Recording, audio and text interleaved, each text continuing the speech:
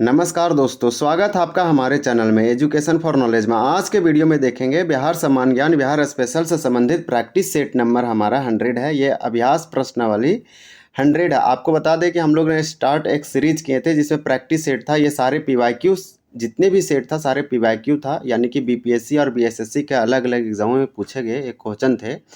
ये जो सेट थे आपको बेनिफिट करते हैं एग्जामों में, जैसे में बीपीएससी और बीएसएससी जैसे एग्जामों में। तो इसी के अंतर्गत हमारा ये लास्ट है, इस सीरीज का लास्ट सेट है। और ये सारे जितने भी सेट थे ये आपको 17 first BPSC, 72 BPSC, BPSC teacher 4.0, Bihar SI, Bihar police, यानी बिहार के वैसे एग्ज़ाम जिसमें बिहार स्पेशल, बिहार स्टैटिक या फिर बिहार सम्मान ज्ञान पूछे जाते हैं, वैसे एग्ज़ामों के लिए खास करके इम्पॉर्टेंट था। तो अगर आप नहीं देखें तो हमारा प्लेलिस्ट बना हुआ है, आप सर्च करेंगे Bihar most important special static GK GS करके प्रैक्टिस सेट, तो आपको आ जाएगा, या फिर चैनल में जाकर प्लेलिस्ट वाला सेक्शन में देख सकते हैं। तो इस प्रकार से आपको बता दें कि टोटल 100 प्रैक्टिस सेट था और एक प्रैक्टिस सेट में टोटल 20 प्रश्न था। तो इस प्रकार से टोटल प्रश्नों की संख्या 2000 यानी 2000 था और सारे पीवाईक्यू था। तो हम लोग रिवीजन के रूप में इसको देख रहे थे। तो इसी अंतर्गत आज हम लोग का लास्ट प्रैक्टिस सेट है। तो इसके अंतर्गत चलिए इसे शुरू करते हैं। एक छोटा सा वीडियो होगा। फर्स्ट क्वेश्चन में दिया गया है कि स्मार्ट गंगा सिटी योजना के अंतर्गत बिहार का कौन सा शहर सम्मिलित हुआ है।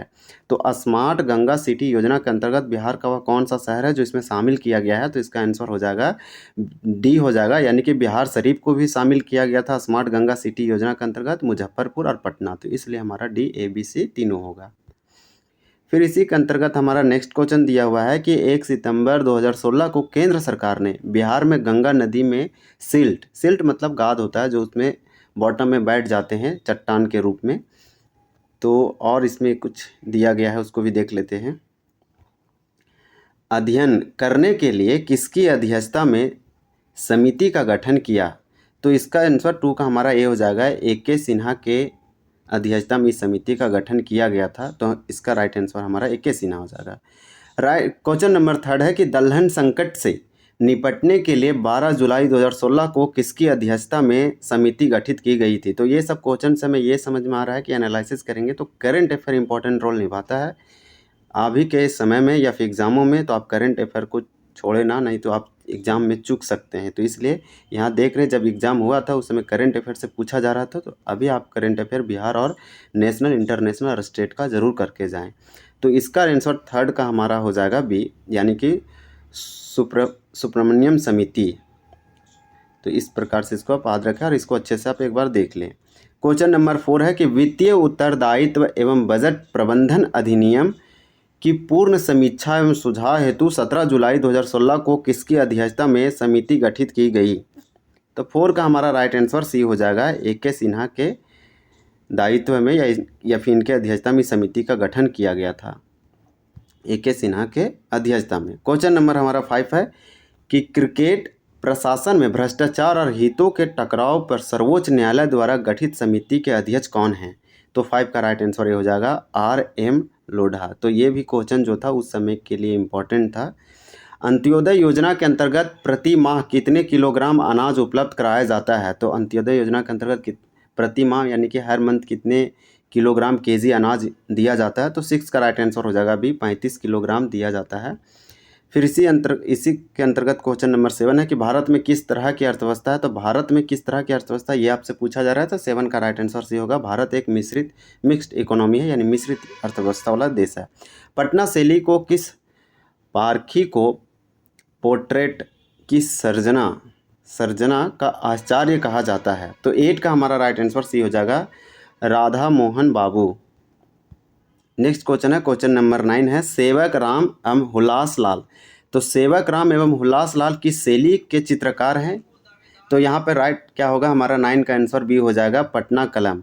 पटना कलम को पटना शैली भी बोलते हैं। और पटना कलम जो है इनके चित्रकार जो सबसे प्रमुख है वो सेवक राम और हुलास लाल है, जो कि पूछा जाता है एग्जामों में और आने वाले समय में ये पूछा जा सकता है। तो वो क्वेश्चन इंपॉर्टेंट है।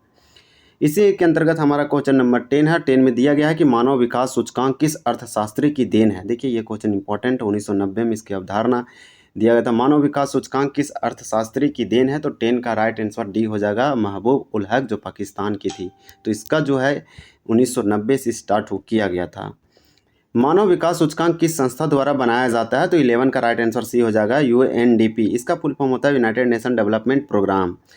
तो इसी के द्वारा मानव विकास सूचकांक जो है संस्था रिलीज किया जाता है, यह इंडेक्स है। और ये सबसे पहली बार इसका जो कॉन्सेप्ट है लाया गया था, इसका अर्थ ये जो थे एक अर्थशास्त्री थे, इकोनॉमिक्स थे, महबूब उल हक, जो कि पाकिस्तान की थे।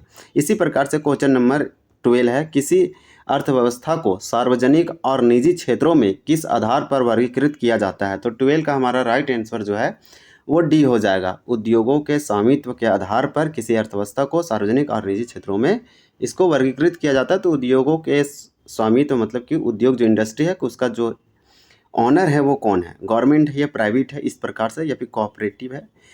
क्वेश्चन नंबर 13 दिया गया है कि बेगमों की शराबखोरी का चित्र किस कलाकार के द्वारा बनाया गया है? तो बेगमों की शराबखोरी का जो चित्र है किस आर्टिस्टियन के द्वारा या कलाकार के द्वारा बनाया गया है? तो 13 का राइट आंसर हमारा ए हो जाएगा, यमुना प्रसाद के द्वारा ये बनाया गया। क्वेश्चन नंबर 14 है कि ड्रेन का सिद्धांत यानी द थ्योरी ऑफ ड्रेन किसने प्रतिपादित किया था? ये क्वेश्चन इंपॉर्टेंट है। ड्रेन का सिद्धांत यानी निकास का सिद्धांत, जिसे हम द थ्योरी ऑफ ड्रेन कहते हैं। 14 का राइट आंसर सी हो जाएगा, दादा भाई नौरोजी। जब अंग्रेज यहाँ से धन लूट के ले जा रहे थे अपने देशों में, ब्रिटेन में, तो इसे ये बोला कि धन का निकासी है, ड्रेन का ये सिद्धांत था।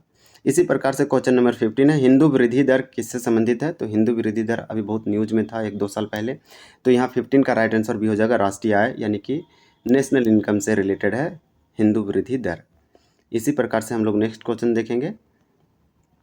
क्वेश्चन नंबर 16 है। 16 क्वेश्चन नंबर में दिया गया है कि भारतीय रिजर्व बैंक के द्वारा नगद कोष अनुपात में कमी की जाती है, तो इसका साख सृजन पर क्या प्रभाव होगा? तो 16 का हमारा राइट आंसर सी हो जाएगा, वृद्धि होगा। अगर भारतीय RBI के द्वारा, भारतीय रिजर्व बैंक के द्वारा नगद कोष अनुपात में कमी की जाती है तो इसका साख सृजन पर क्या प्रभाव होगा? तो साख सृजन में वृद्धि होगा। नेक्स्ट क्वेश्चन है, क्वेश्चन नंबर 17 है कि न्यू इंडिया विजन में बिहार के कितने ज़िले सम्मिलित किए गए हैं? तो 17 का राइट आंसर डी हो जाएगा, 13। यानी कि न्यू इंडिया विजन में बिहार के कितने ज़िले सम्मिलित किए गए हैं? तो टोटल 13 ज़िले सम्मिलित किए गए हैं। क्वेश्चन नंबर 18 है कि गोपाष्टमी मेले का आयोजन किस जिले में किया जाता है? तो 18 का हमारा राइट आंसर ये हो जाएगा, खगड़िया में किया जाता है। यानी बिहार के खगड़िया जिला में इस मेले का आयोजन किया जाता है। क्वेश्चन नंबर 19 है, मत्स्यगंधा रक्तकाली मंदिर कहाँ स्थित है? तो 19 का राइट आंसर डी हो जाएगा, सहरसा जिला में ये मंदिर जो है से लोकेटेड है। और इस सेट का हमारा लास्ट क्वेश्चन है, क्वेश्चन नंबर 20 है, और इस पूरे सीरीज का भी ये लास्ट क्वेश्चन है क्योंकि आज हमारा प्रैक्टिस सेट नंबर 100 है। तो आर्थिक नियोजन संविधान की किस सूची में शामिल है? आर्थिक नियोजन ये आपसे पूछा जा रहा है क्वेश्चन नंबर 20 में, तो इसका राइट आंसर सी हो जाएगा, समवर्ती सूची में आर्थिक नियोजन विषय जो है शामिल किया गया। यह संविधान के 7वें अनुसूची में आती है और उसमें समवर्ती सूची में शामिल किया, कंकरेंट लिस्ट में, जिसमें कानून सरकार यानी कि राज्य सरकार और केंद्र सरकार दोनों मिलकर बना सकती है। तो इस प्रकार से 20 का राइट आंसर सी हो जाएगा। ये आंसर दिया गया है 100 प्रैक्टिस सेट का जो आंसर उत्तरमाला जो हम आपको बताए हैं। इसके बाद हमारा ये सीरीज कंप्लीट हो जाता है। आप लोग ने इतना सपोर्ट और प्यार दिया उसके लिए आपको बहुत बहुत धन्यवाद। इसके बाद हम लोग दूसरा सीरीज लाएंगे, जैसे मेडिटेरिया का करंट अफेयर है, उस वीडियो को भी आप ज़रूर देखिएगा और उसको भी प्यार बहुत दीजिएगा। तो चलिए आपसे 1-2 क्वेश्चन पूछते हैं। क्वेश्चन ऑफ द डे रहेगा, आपको कमेंट सेक्शन में कमेंट करके बताना है कि उसका राइट आंसर क्या होगा। देखिए यहाँ पे क्वेश्चन दिया गया है 10 नंबर, यानी फर्स्ट है कि मानव विकास सूचकांक किस अर्थशास्त्री की देन था? यहाँ पे 4 ऑप्शन दिया गया है। इसका आप राइट जो आंसर है उसको ज़रूर कमेंट करें और डिटेल से भी कोशिश करें कि कमेंट करें। मानव विकास सूचकांक किस संस्था द्वारा बनाया जाता है? इसका भी यहाँ पे ऑप्शन दिया गया है कि सबसे पहले कौन इकोनॉमिस्ट थे जिसकी देन है, किसकी देन है ये पूछा जा रहा है। और ह्यूमन डेवलपमेंट इंडेक्स किस संस्था के द्वारा यहाँ पे रिलीज़ किया जाता है एवरी ईयर। तो ये भी आप ज़रूर दोनों को कमेंट करें और कमेंट करके राइट आंसर ज़रूर बताएं। तो दोस्तों ये था हमारा बिहार स्पेशल, बिहार सम्मान ज्ञान से संबंधित प्रैक्टिस सेट नंबर 100, जो कि इस सीरीज का पूरा लास्ट था। इसके बाद हम लोग का ये सीरीज एंड हो गया अब। तो अगर आपको यह सेट या फिर इस पूरा सीरीज अच्छा लगा तो हमारे चैनल को ज़रूर सब्सक्राइब करें और बेल आइकन दबाएं ताकि आपको नोटिफिकेशन सबसे पहले मिले। वीडियो देखने के लिए बहुत बहुत धन्यवाद। जय हिंद।